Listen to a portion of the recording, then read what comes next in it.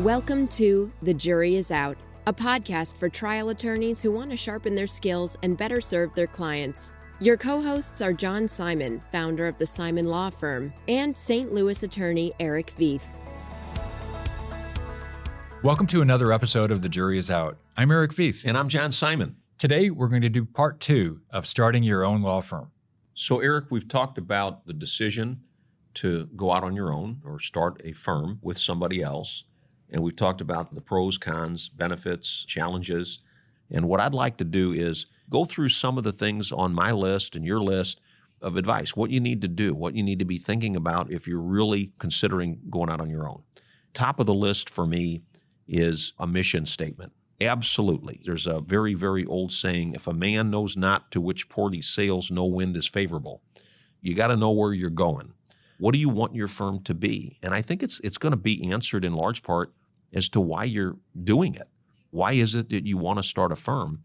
And most people who are willing to take that leap are pretty passionate about it, and they've got some pretty good idea of what they want that firm to be.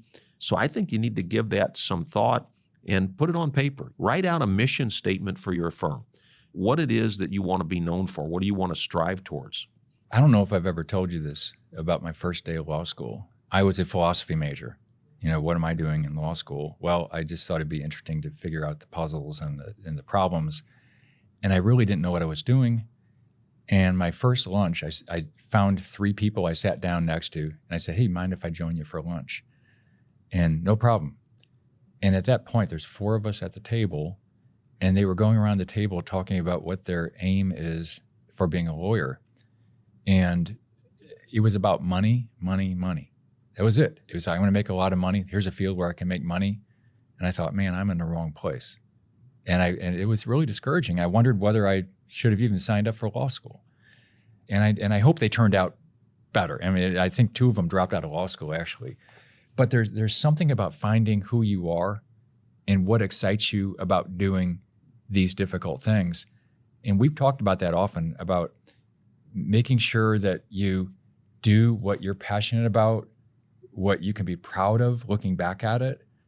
And then the financial stuff takes care of itself. But you gotta have the right heart to make sure that you're in it to do something good to help somebody.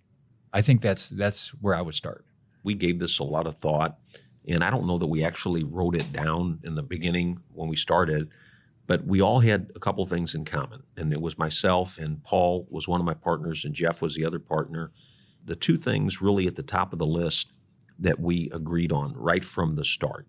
We all wanted to do excellent work. We just had no tolerance for not doing good work. And I think that was a function of our backgrounds and where we had worked, but we wanted to make sure that the work was just top notch, just as good as we could make it. And the other thing, just as important, we wanted to make sure our client's interest came first, period. Any decision that came up, what's best for the client? That sort of guided us on every other decision that we made early on and decisions we made as the firm got older and bigger. And how could that fail? I guess looking back at it, doing excellent work for your clients, making happy clients. And that's the first prong of marketing, getting known for doing excellent work to make clients happy. I can't think of a better start than that. I looked up our firm missions. We do have a written mission statement. It says at the Simon Law Firm, our mission is to provide the highest quality legal services with integrity, professionalism, and respect for our clients and the greater community. And that's something that we actually put down and agreed on in terms of what our mission statement is. So we've talked about starting out, having a purpose, a mission statement, knowing what you want your firm to be, knowing what you want it to look like, where you're going with it. Very next thing, I think, is set some goals. The goals could be clients, cases, revenue, attorney growth, but not just where you are when you start, but where do you want the firm to go? Have some vision about where do you want to be in 2 years, where you want to be in 5 years. I would assume that's an early decision is what kind of cases do you like to handle? There's firms that would handle debt collection of consumers. There's people who do traffic tickets. What kind of cases do you want to handle? And do you want to go to court? Do you want to be a trial attorney? I think that's a big fork in the road. Do you want to go to court? It's very stressful to go to court sometimes. And a lot of people are just thinking, I'd rather not do that. I'd rather do something else. So that will set part of your goal right there. You got to figure that out in the beginning.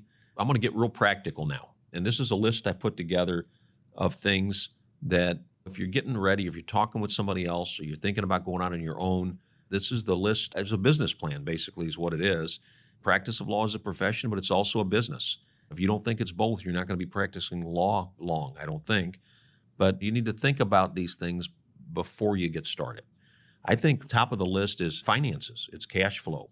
I have met with attorneys, dozens of attorneys throughout the years who have come to me asking for my advice on going out on their own, opening up a law firm, opening up a practice. The advice that I've given is different depending on the circumstances and who was asking me. But one of the things in every one of them was, how are you going to pay your bills? If you're not thinking about that, you're going to be in big trouble. If you're doing contingency work, you got to sit down and talk about, okay, what kind of cases am I going to get? How many cases, one of these cases going to get resolved? On the plaintiff side with contingency fee cases, everybody knows, we got a saying, money comes in occasionally and it goes out continuously. And so you really need to look at the cases. I looked at the cases that we had when we started out. I looked at very conservatively what the value of those cases was and when we thought that they would resolve. And you really can look at a very conservative number of what do you think your revenue is going to be. And then the other side of the ledger is your expenses. What type of funds do you need to make it for 1 year, 2 years? What's your overhead for a year? You really need to look at that. How far do you look ahead for that?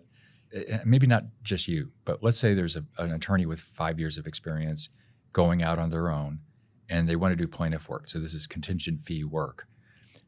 And you have continuous expenses hitting you. Do you go year by year or do you look 3 years? I would say the answer to that depends on what kind of cases you have and what the turnaround time is. If you're doing all contingency and no hourly, hourly's a little easier. You know what clients you have, you know how many hours you're going to be billing or what you need to bill. But on the contingency stuff, like our cases, most of our cases, there's nothing in our office that gets resolved in 18 months, hardly anymore. You know, the cases are fairly complex. We don't settle cases without filing them. When we get them in, we file them and start working them up. So to start out doing what we're doing with no cases, I think would be almost impossible because you're really not going to see any revenue for several years, maybe 2 or 3 years. When we did open our firm, we had cases that we had developed at our other firm that we brought with us, and we worked something out with the other firm about paying them back for fees, or fee sharing or splitting. But you really need to do that. The attorneys I've met with, it's a real eye-opener. I'll say, what kind of cases do you have? Especially the ones that will come in and say, I want to do plaintiff stuff. I want to open a firm.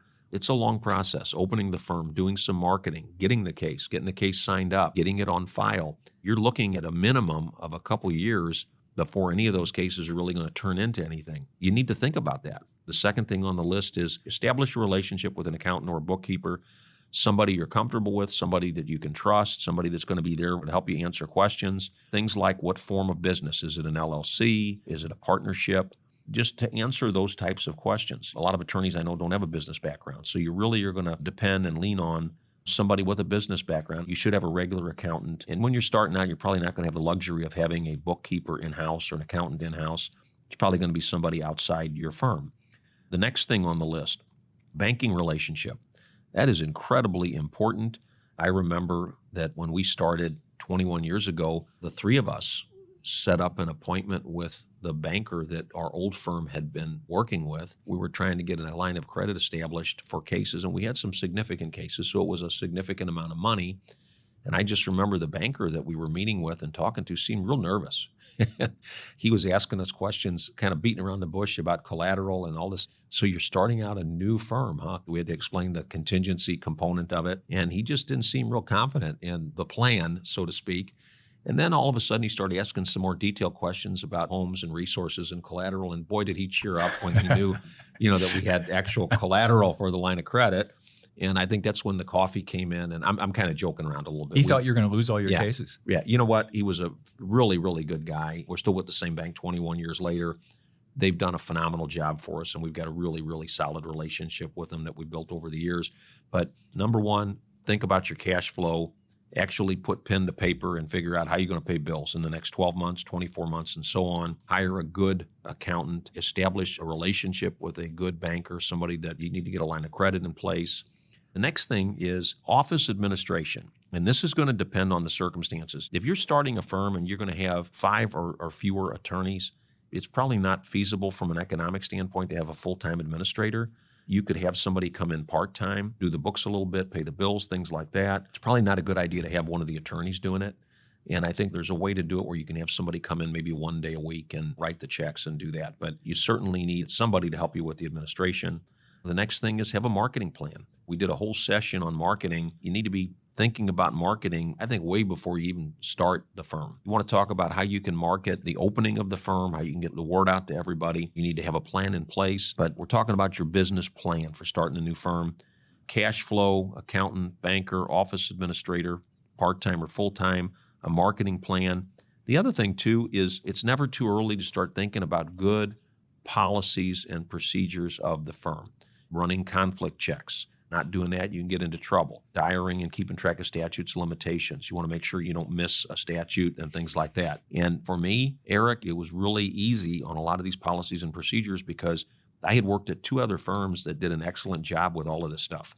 And it was as simple as taking the things that they had in place that worked, that we liked, implementing those, and the ones we didn't like so much, we changed them. We had a big head start, not just in practicing law, but on the administrative side of it too. I had a podcast with your brother, Tony. We talked about how a lot of firms, not necessarily law firms, start small and they don't get the policies clear on the ground floor because they think they're going to be small, and then success happens. And all of a sudden, a firm that had 2 people, and maybe a law firm could be this way. You have 2 partners working together in constant contact. Maybe you're seeing each other so often that you can fine-tune this stuff as you go. Blink a few times, 6 years later, now you got 8 people and you don't have any policies on the ground.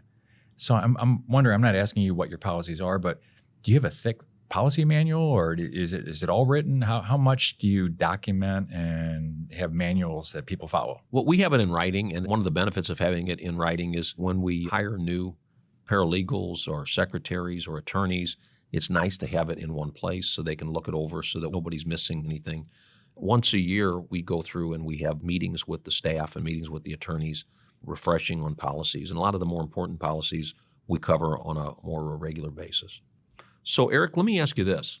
One of the most important things of starting a firm, if you're going to start it with somebody else, and I think this is probably the most important. I mean, cash flow is pretty critical, line of credit, malpractice insurance, all of those things are very, very important. I think one of the most important things is choosing your partner. Choosing your partner. And the first question is, do you need a partner? Do you want to start out and maybe your opportunities to hire maybe a younger lawyer to work with you? Do you need a partner? If you are going to have a partner, I think it should be somebody that you're really familiar with. You know what you're getting into, so to speak. I've seen a lot of situations where it just didn't work out, and it wasn't really one person's fault or the other, but the different attorneys just didn't share the same values or philosophies on stuff. I'll give you a perfect example. Work ethic. I'm big time on work ethic. I mean, that's how I was raised. That's how I grew up. I come from a family of 10. My dad was like, worst sin of all is sitting on your butt. You roll up your sleeves and you work. I was taught, and I believe that's what I kind of preach here. There's very little that can't be solved by just rolling up your sleeves, getting to work, figuring out. We're lawyers. That's what we do. We solve problems. I know attorneys who have had partners where one has a very good, strong work ethic, and maybe the other one, and again, nothing against that, but they don't want to be in the office 60 hours a week. They want to be in the office 30 hours a week. That's fine, but you need to know that going in to kind of know what you're getting into. I think trust needs to be 100%, period. End of discussion. If you do not have 100% trust, and I don't mean just partners, any attorney that you're working with, and I say that about every attorney here at this firm, if we don't have 100% trust in any employee or attorney here, they shouldn't be here. It's just the nature of what we do. It's high stakes. We handle a lot of things. People here are given a lot of responsibility on some really significant, important things. It's the whole trust that you just have to have it. And trust is completely compatible with having disagreements. You can trust someone absolutely, and yet you can have disagreements about how to move forward. So trust is different than doing everything the same way as the other person. One thing that comes to mind for me is that I came from a defense background, and I'm also maybe wired to be a little more paranoid about things going wrong. And it drives some people nuts. If you're on the plaintiff side, it's like, Eric, what do you think about this? I'm worried about A, B, C, D. And if you had the wrong kind of personalities together, they would say, no, don't worry about that. Let's move on. But I was very lucky in most of my career to be working with people who go, let's listen more about this. Let's figure out what he's worried about. And maybe we shouldn't take that case. Maybe this is a big issue. This one little legal issue could flip the case one way or the other. So there needs to be an environment where people are, where dissent is encouraged, I think. You have to have people you work with who will say, please disagree with me if you have any concerns, because I will learn from that disagreement. It's critical. There's a lot of people that can't take that. And I've met them over the years. They just want to say it's my way or the highway, and that's not a good combination. The other issue, too, doing plaintiff stuff is tolerance for risk. We get a lot of cases in where the damages might be astronomical, but we're going to put hundreds of thousands of dollars in the case, maybe even $1 million in expenses in a case, and we've done that before. You got to have partners who were willing to do that. And again, you're not going into it reckless. I mean, you do look at it and analyze it, but that's something else that you need to think about. Risk tolerance, work ethic, open-mindedness, like you said, being able to listen and help. But the bottom line is just trust. Somebody that's professional, ethical, honest, that's a non-starter. If you got any question at all about somebody you're going into any kind of business with, much less law practice, about their professionalism or their honesty or their ethics, run from that. You shouldn't even give it a second thought. There's a solo practice version of partner. When you're talking about partner, you're talking about people you work with within your firm and you see every day or you relate to every day. In a solo practice, you might work with people on a referral basis. So someone says, I want to work on a case. Will you help me work on this case? And if I do, I need to do exactly what you're just saying about that person on that case. And sometimes you don't know that person as well as you know your own partner, but you need to figure this out before you jump into a case, because you might have someone who just diverges massively. I've actually had a problem with somebody ethically who said, oh, we don't need to produce this thing. I said, no, we got to produce that thing. And that was before I took on the case. And I thought, I'm not going to be able to help you there. Good decision. You're right. Yeah. The other thing, too, that I think is a must, you should have a written agreement with your partners before you get started. I would suggest, rather than preparing it yourself, there's forms out there, spend the money and go to an attorney who specializes in it, because they're going to know what needs to be in it. They're going to make sure nothing's missing. They're going to be able to point things out that you weren't thinking about necessarily. If you're just starting out, it's not that expensive. Things like compensation, things like if somebody leaves, what happens if one of the partners leaves? What happens if one of the partners retires? Somebody gets sick, somebody gets disabled. So I think all of those things need to be addressed in a written agreement so everybody understands what their duties and responsibilities and rights are kind of going in. It just makes sense. I mean, it really does. Let me ask you about your internal process. You have hired people over the years. Do you look for particular things, or do you have an overall feel for, employees are not partners, but they're like partners in many ways? How do you make sure you're not jumping because you're just, it's the newest, brightest, shiny thing in the room, as opposed to, this person will be a really good fit? The old saying is hire slowly, fire quickly. I tend to do the hiring quickly and the firing, whatever, very slowly. So I don't know, maybe it's just my personality, but I think it's tougher when you're meeting somebody for the first time and you don't know them, or you don't know somebody very well who was close to them. So what about the optimism bias? It's one of Kahneman's fallacies or heuristics. You decide, hey, maybe I'll partner up with this other person, and I like them. I saw them in a trial. They do a great job. And it can blind you. It's like falling in love, right? The first 3 to 6 months of being in love with somebody, you don't see any faults. It's all good. They're things that they do that are going to be annoying are not annoying in the first 3 to 6 months.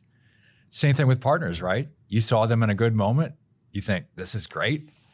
And you might have to pull yourself back, but you don't want to get paranoid. This is a tough decision to make sometimes. I have worked at 2 other law firms. I've worked with hundreds of law firms over the years, and I've never seen or been with a better group of people than the attorneys that we have at this office. And I mean that sincerely. I mean, they're all not just very, very bright and hardworking, but they're just wonderful people, and I enjoy spending time with them, much less working with them. They do a great job. And in that, I'm very, very lucky. And any of the success that this firm has had is a direct result of the people. And I'm of the school, you trust until somebody tells you not to trust them. Yeah. Or does something that causes you not to trust them. I'll tell you this is one of the things that is kind of funny. Doing plaintiff's work, all contingency fee cases, you have to look at receivables. We talked about cash flow and how important that is.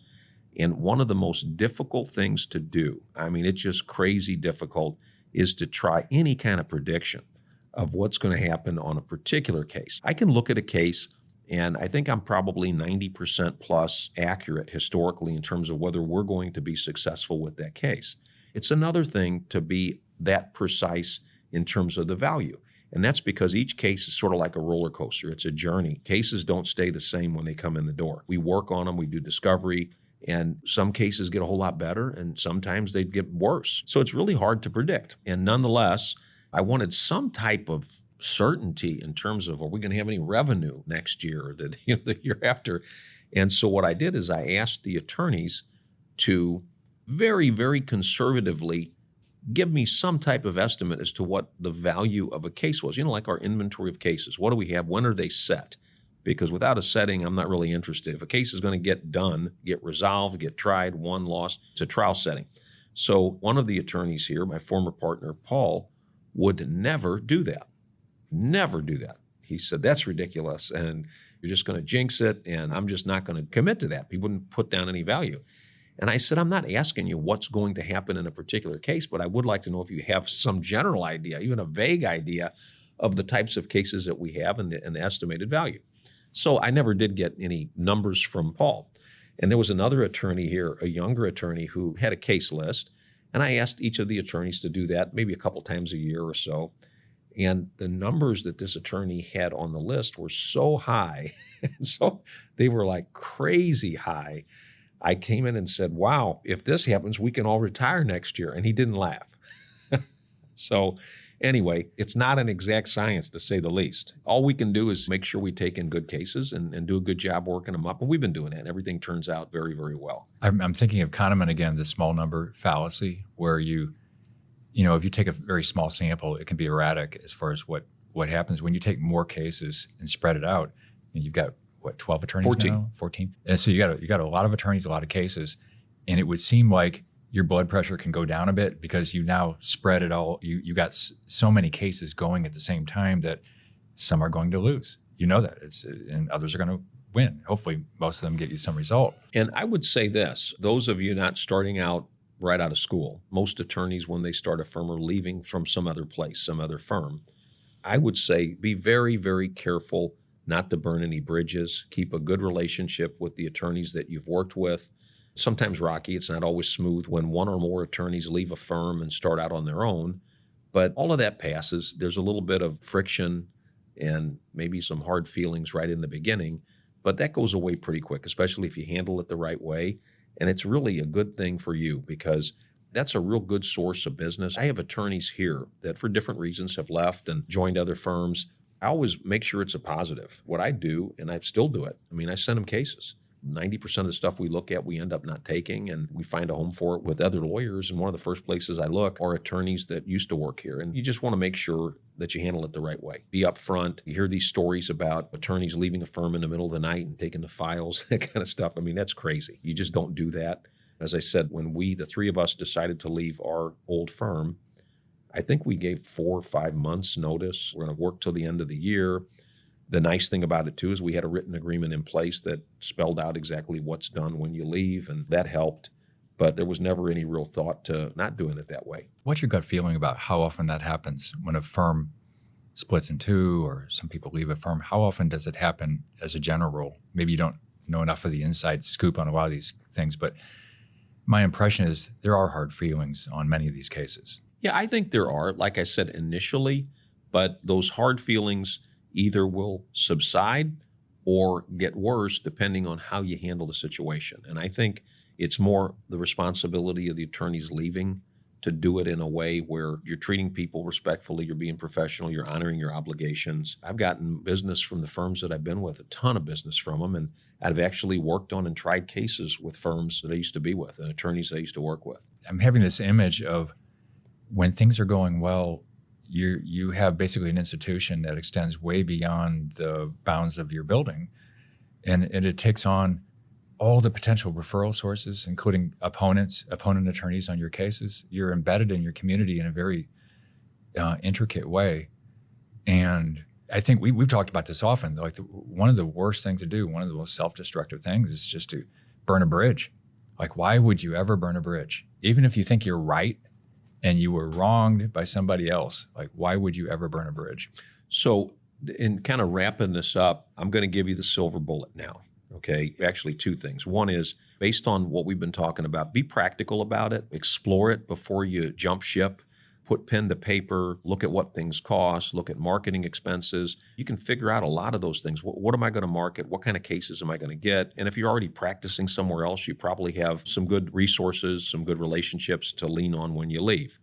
So I think, first of all, be practical about it and make sure the numbers add up, have a plan in place. But the real silver bullet is this. It's scary.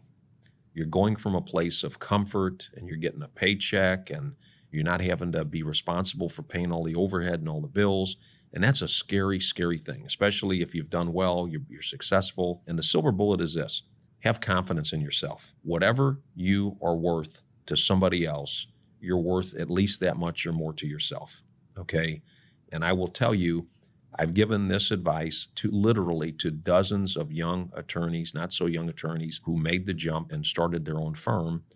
And I know them all, and they're all still practicing and doing well. And there's not a single one of them, not a single one that I know, and I'm in contact with them, that has regretted it. Again, it's all about trusting yourself, having confidence in yourself, but do it in a way where you're plan it out and it's not a rush and you really think it out and have a plan in place. Awesome wrap up. Okay, good. That's been another episode of The Jury Is Out. Hope you've enjoyed this episode about starting your own law firm. There's a lot to consider. We'll see you next time. I'm Eric Feith. I'm John Simon. See you next time. The Jury Is Out is brought to you by the Simon Law Firm. Share your comments with John and Erich at comments@thejuryisout.law and tune into other podcasts in the Simon Law Firm library, including Heels in the Courtroom and Results Don't Lie. And subscribe today because the best lawyers never stop learning.